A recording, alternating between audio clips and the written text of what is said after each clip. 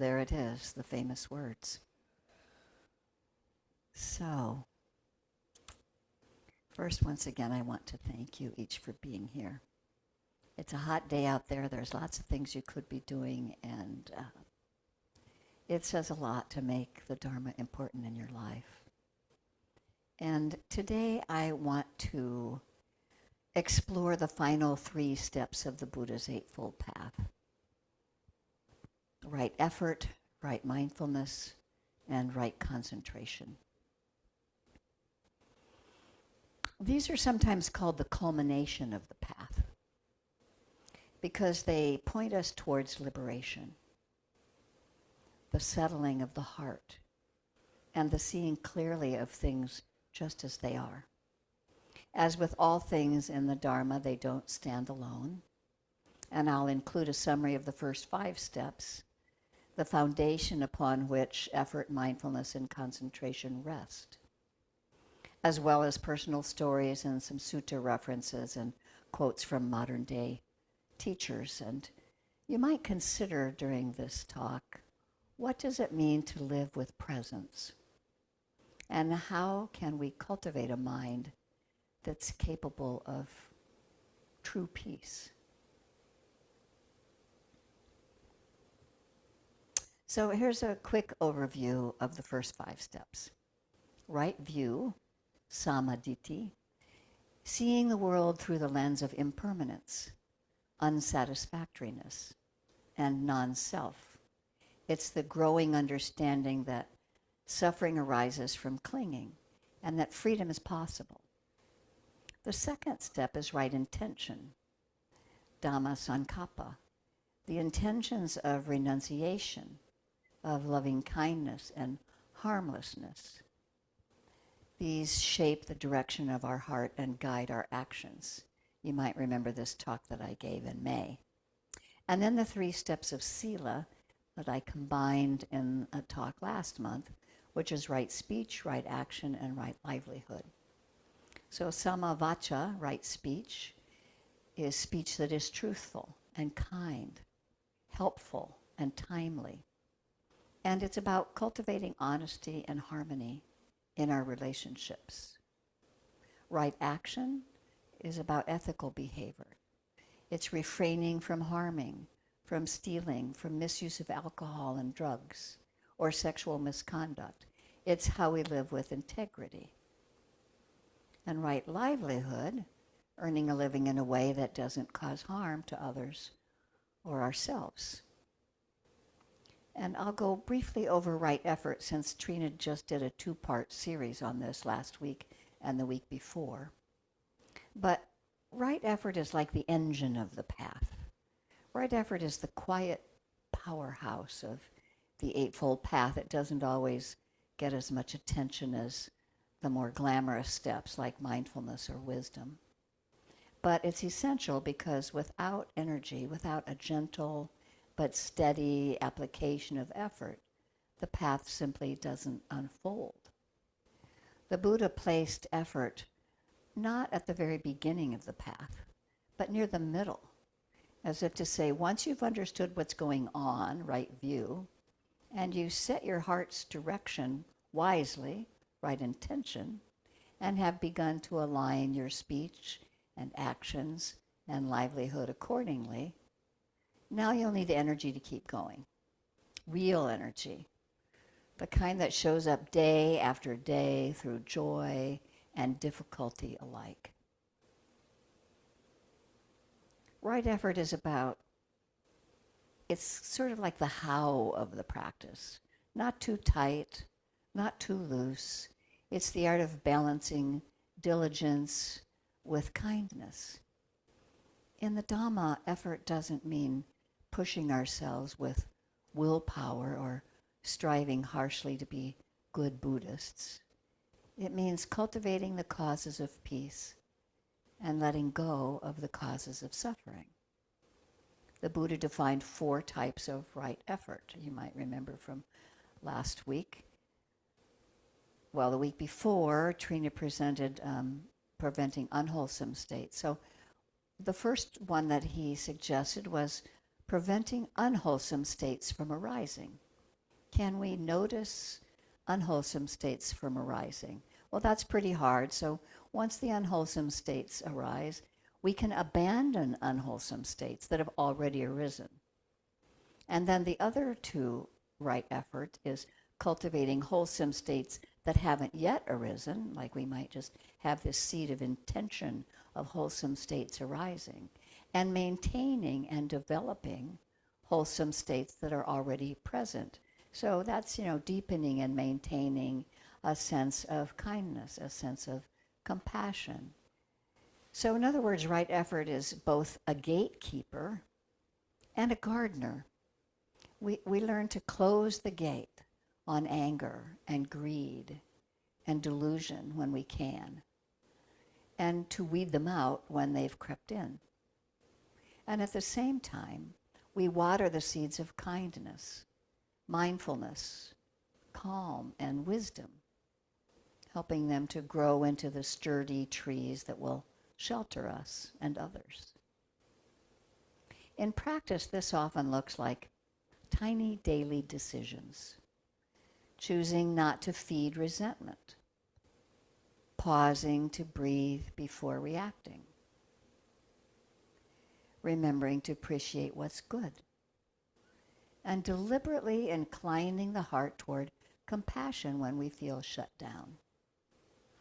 It's like an inner tending, and like any good tending, it requires patience. Sayadaw U Tejaniya, one of my favorite teachers of current day, says, practice as usual, things are fine. I'm practicing. Things are not fine. I'm practicing. Always in the same way. I'm going to say that again. Practice as usual. Things are fine. I'm practicing.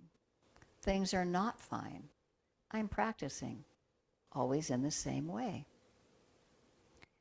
Sayadaw U Tejaniya. So years ago, after a breakup that left me feeling very raw and foggy, I attended a 10-day retreat. I almost didn't go. My mind kept saying, you're too scattered to meditate. You won't get anything out of it. But I showed up anyway. The first few sits were pretty challenging. They felt impossible. Thoughts buzzed like a wasp nest, and emotions rose and fell like waves. But somewhere in the middle of that storm, I remembered U Tejaniya's words. Things are not fine, I'm practicing. Things are fine, I'm practicing.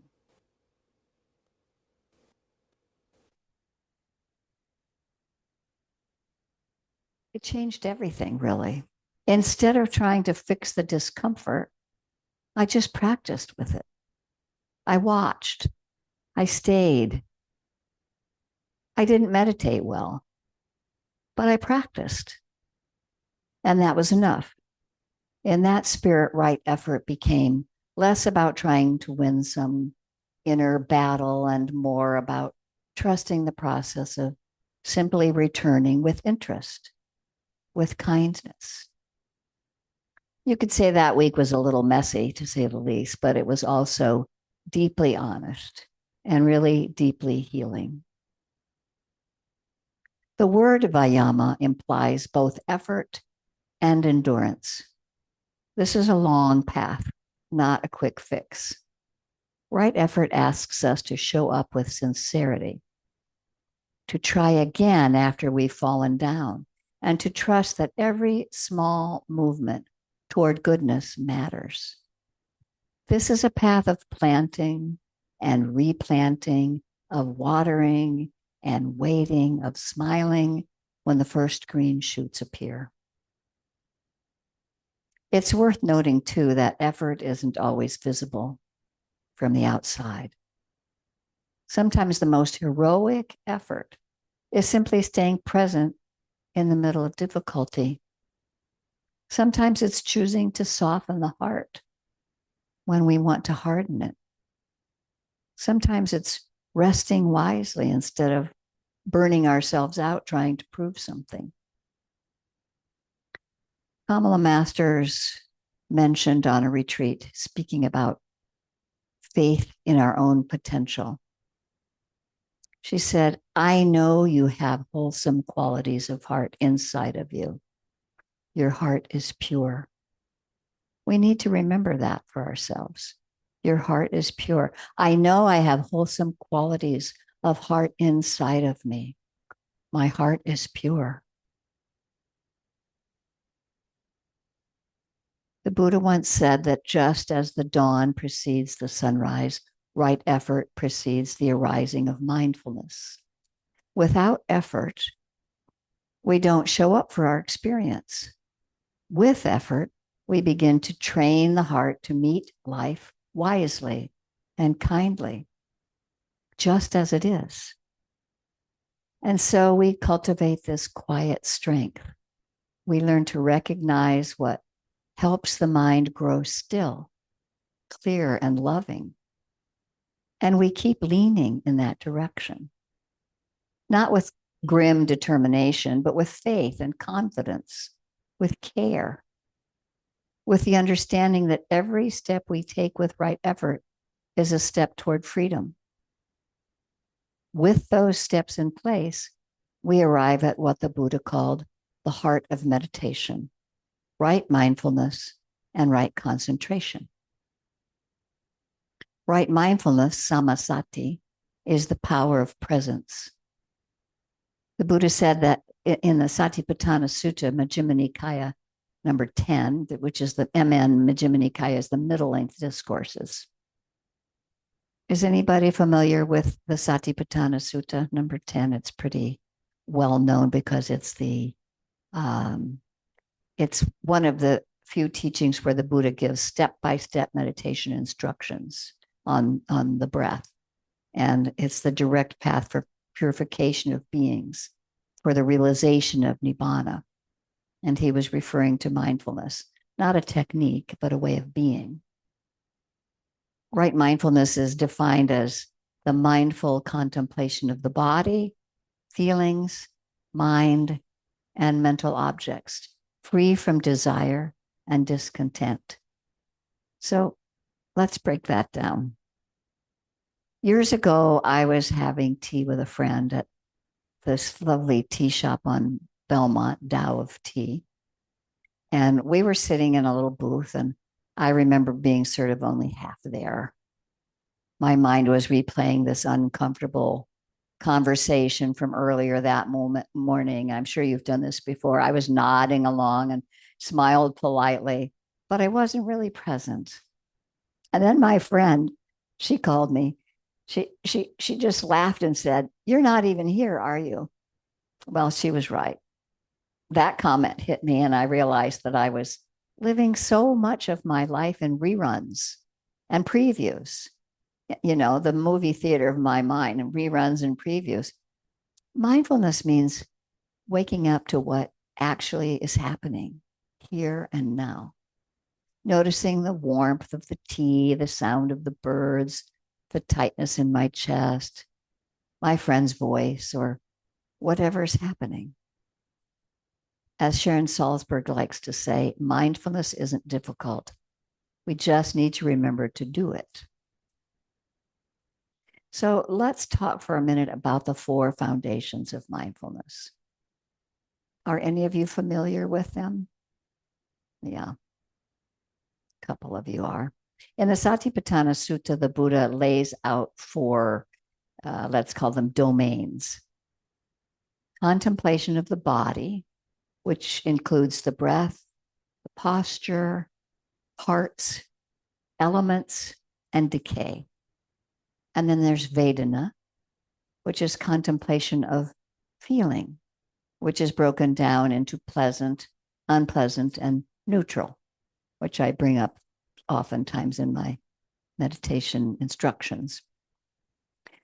Then the 3rd foundation of mindfulness is contemplation of mind states, like greedy, angry, distracted, concentrated, things like that. And the 4th foundation of mindfulness is contemplation of mental objects. That includes the hindrances, the 4 hindrances. the five aggregates, and the Four Noble Truths. Mindfulness means knowing what is happening while it's happening without clinging or aversion. In her talk, Seeing the World with Quiet Eyes, Kamala Masters says, all we can do is hold ourselves with compassion and equanimity. I see you. I recognize you. I feel you. And this is the best I can do. One spring afternoon, I was pulling weeds from the garden. And at first, I was just trying to get it done, checking the task list off. But after a while, I started to slow down.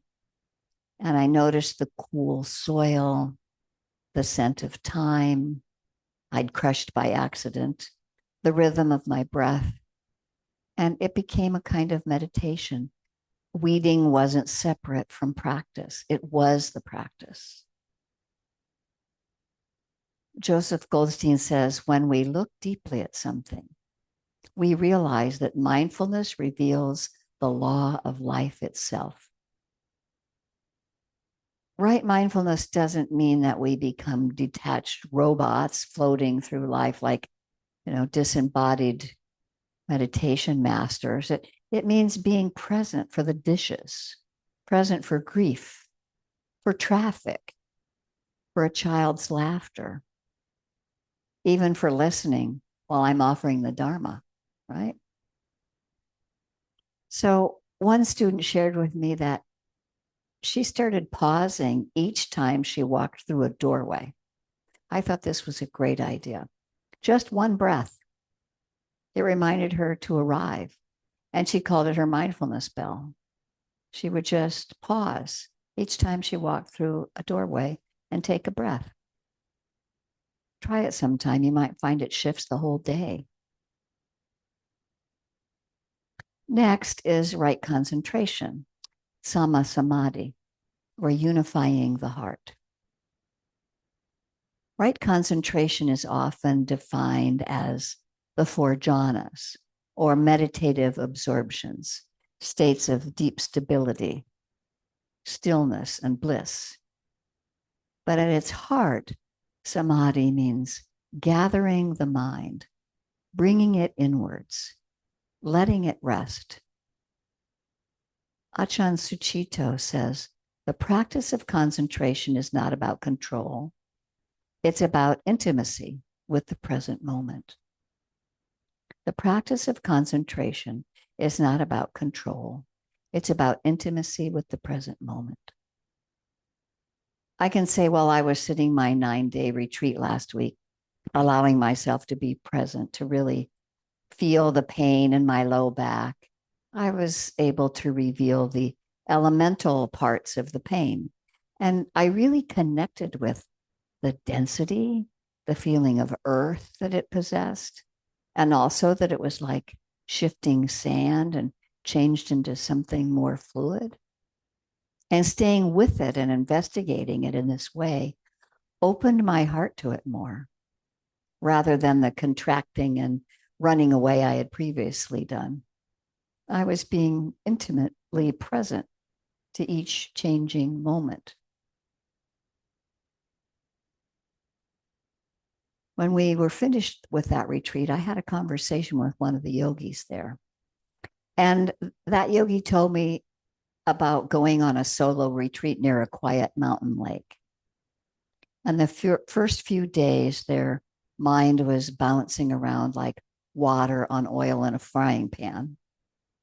But slowly, something began to settle.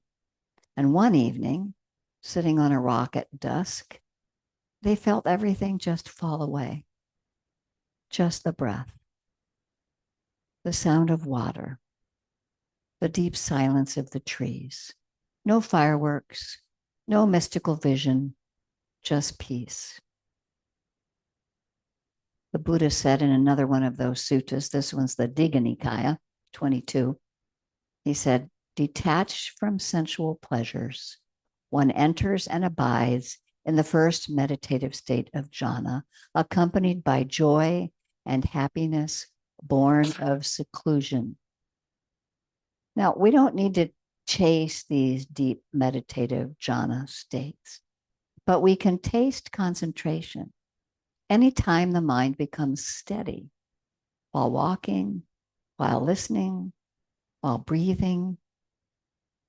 Concentration isn't the goal, but it's the support. The Buddha compared it to sharpening a knife, not for the sake of having a sharp knife, but so it can cut through delusion. Mindfulness is the light, and concentration is the lens that focuses the light. Mindfulness is the light. Concentration is the lens that focuses the light. When we practice both together, mindfulness and concentration, the mind becomes both calm and clear. It's what in the Thai forest tradition is called samatha vipassana.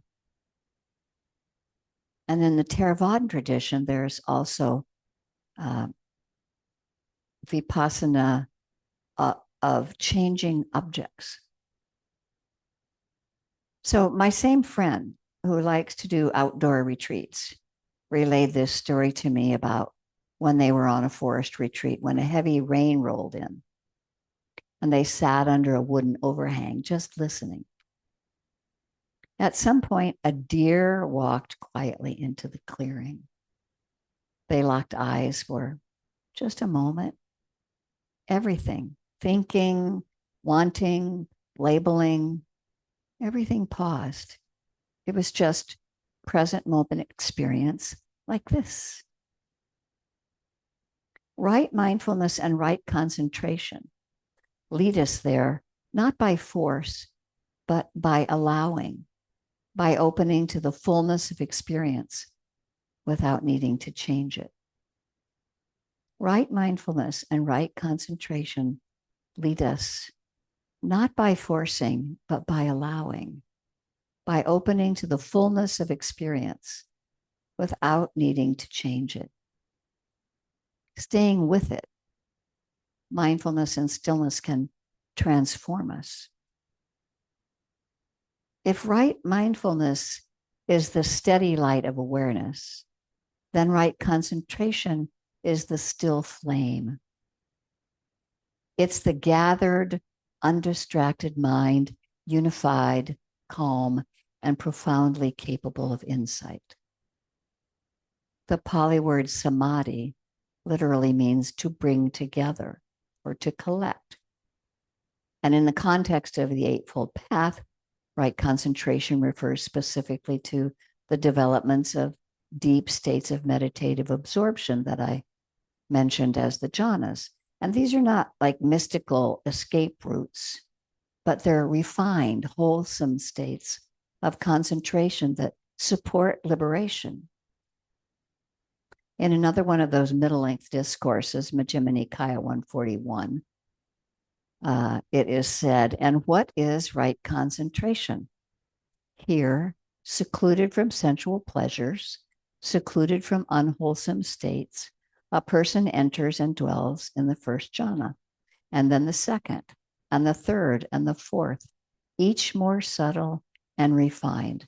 This is called right concentration. And so just to touch upon the jhanas, they're marked with qualities like piti, which is joy, and contentment or happiness, sukha, one-pointedness, ekaggata, and equanimity, upekkha.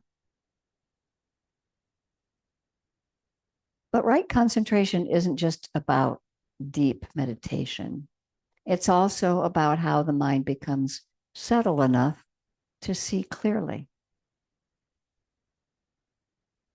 It's the condition that allows the insights from mindfulness to take root. Without some steadiness, the mind just ricochets from one thought or sensation to the next. Ajahn Chah, a well-known Thai forest monk, put it beautifully. If the mind is not peaceful, the practice will be like running around in circles. But when the mind is peaceful, It's like a still forest pond.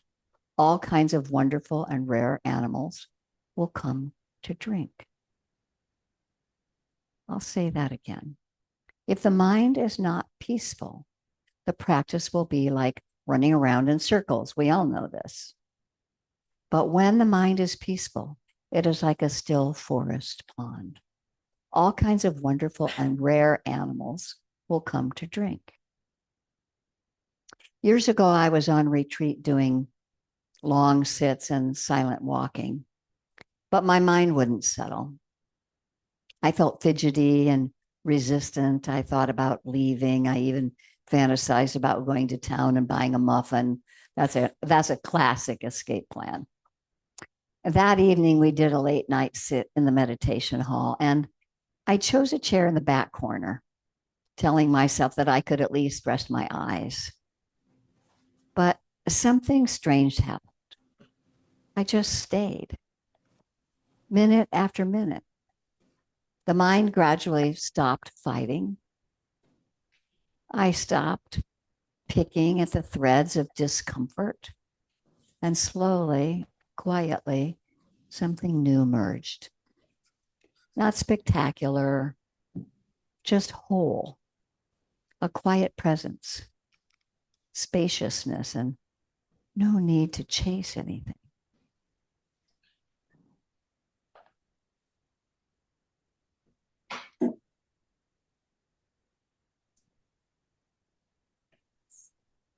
Let's get this to, well, I'll let it go. I didn't fall into a jhana that night, but I did see the threshold. I experienced what it's like when craving loosens its grip and the heart abides peacefully, content with very little. That's the seed of right concentration. As one of my teachers, Sayadaw U Tejaniya, has said, if we take the whole of observer, if we take the role of observer and watch what's going on in the mind and body without reaction, the mind will automatically become quiet and stabilize. Now, there's something to remember.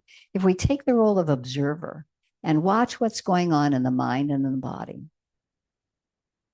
without reaction, the mind will automatically become quiet and stabilize. This is a gentle instruction on how non-reactive awareness naturally fosters concentration. So what's it really for? Right concentration isn't about having fancy states or racking up experiences. The Buddha didn't teach jhana as an end to itself. He taught it as a support for liberation. When the mind is calm and unified, it can penetrate the truth of impermanence, of unsatisfactoriness, and non-self, the three characteristics of existence: impermanence, unsatisfactoriness, and not self. And it helps to have the mind be calm and unified in order to penetrate those deeply. This quote beautifully integrates right effort, mindfulness, and concentration into a coherent method. Sayadaw U Pandita in the Mahasi tradition, which is the lineage that I'm in, that I've learned from, he is the master of gentle noting in our practice to bring us slightly away from falling into our stories. He says it helps to use the two noting powers, energetic power and accurate power. Only in the presence of these three factors, effort, accuracy, and mindfulness, does concentration develop.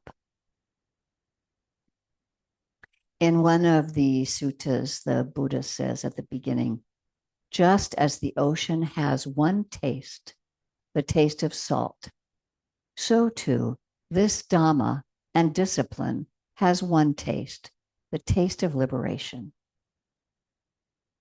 So right concentration, when developed alongside the other 7 factors, points directly to that freedom.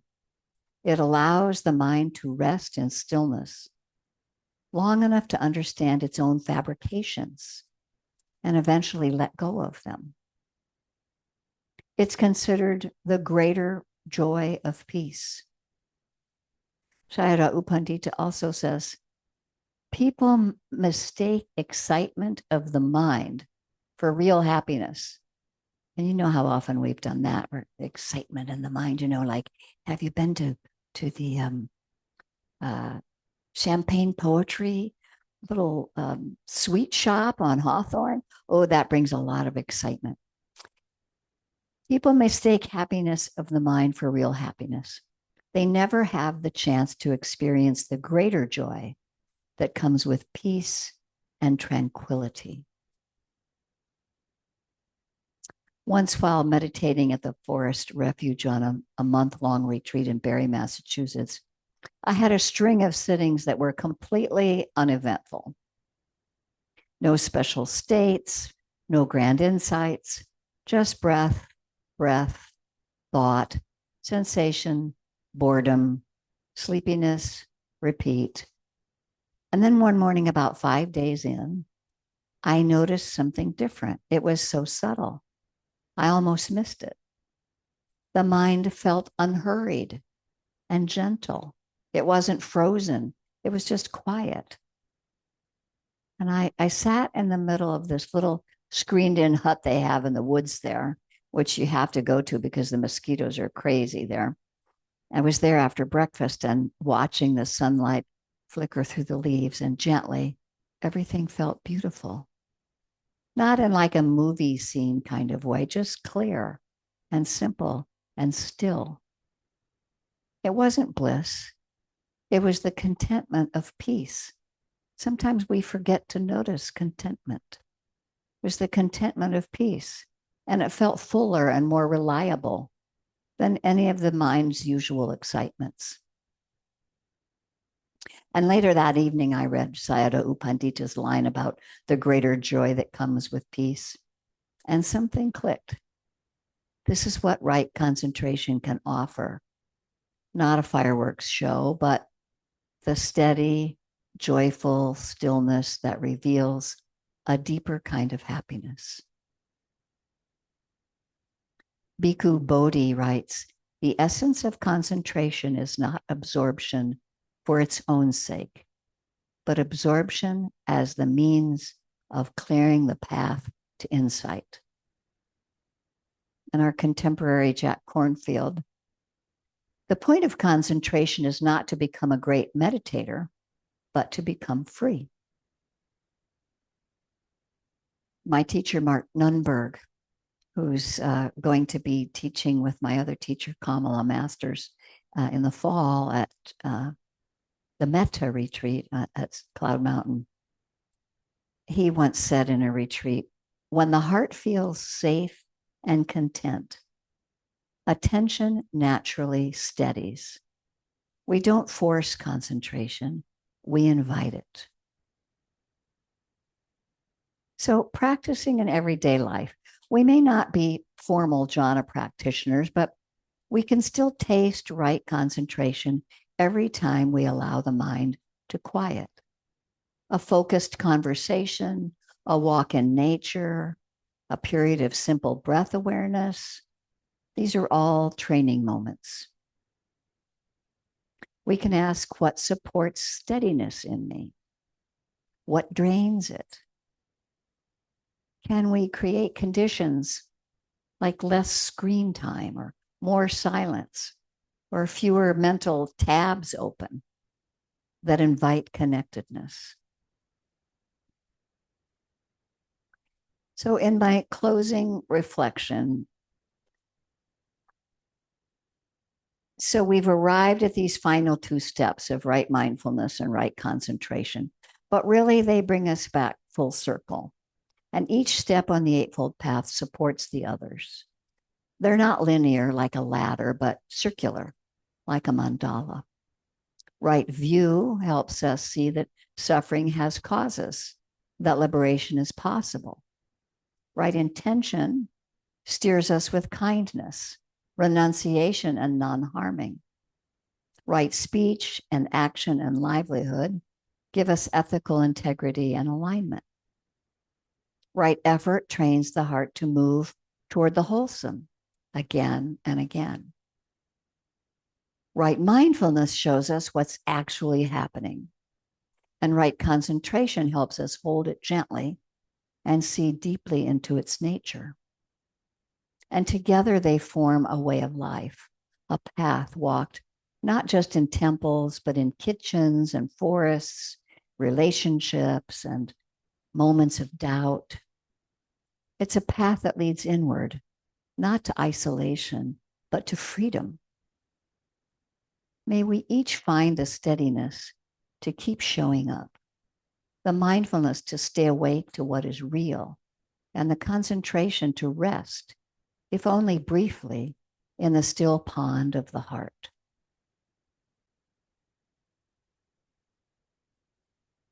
As we walk the Eightfold Path, we're not trying to become perfect people or escape the world. We're learning to meet life with wisdom and heart.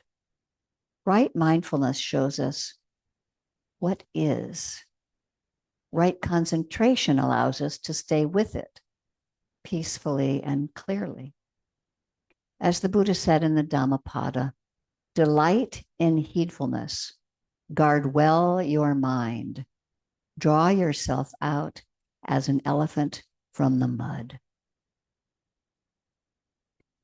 So let's take a few moments just to let those words settle down.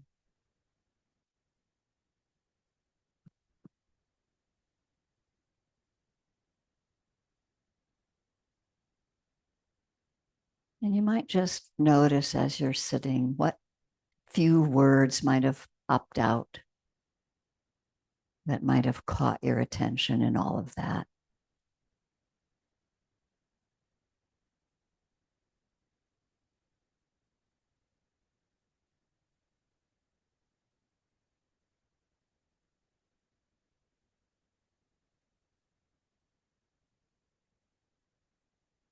And I'm going to suggest 3 reflective questions to kind of ponder for a moment. When in your life have you felt fully present?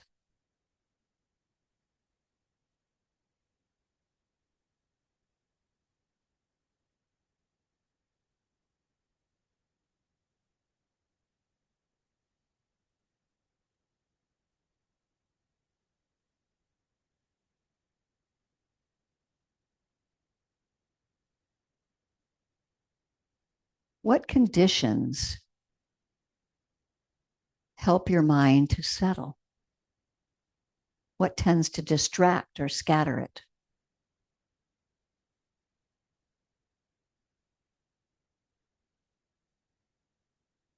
And how might you bring a little more mindfulness into ordinary moments this week?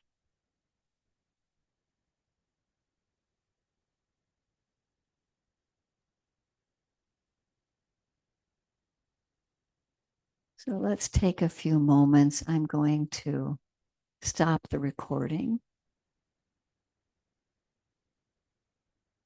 Let's see, or pause it anyway, so that we can have a little bit of conversation that won't be recorded.